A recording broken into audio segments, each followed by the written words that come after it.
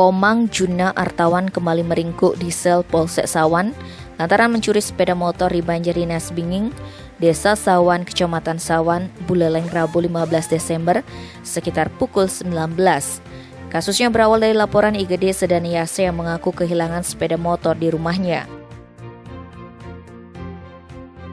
Diduga pelaku menaiki sepeda motor tersebut serta menuntunnya melalui jalan setapak saat kondisi hujan deras. Pelaku membawa sepeda motor itu sejauh 700 meter, kemudian memecahkan speedometer dan lampu depan dengan maksud menghidupkan mesin motor.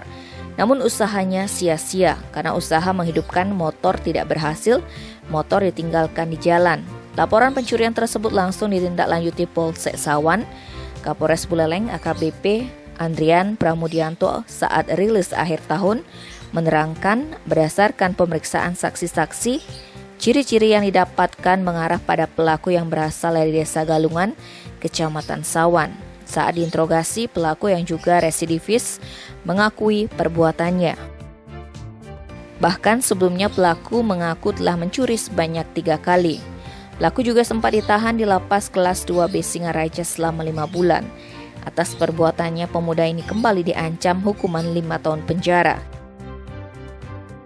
Tim Bali Express melaporkan.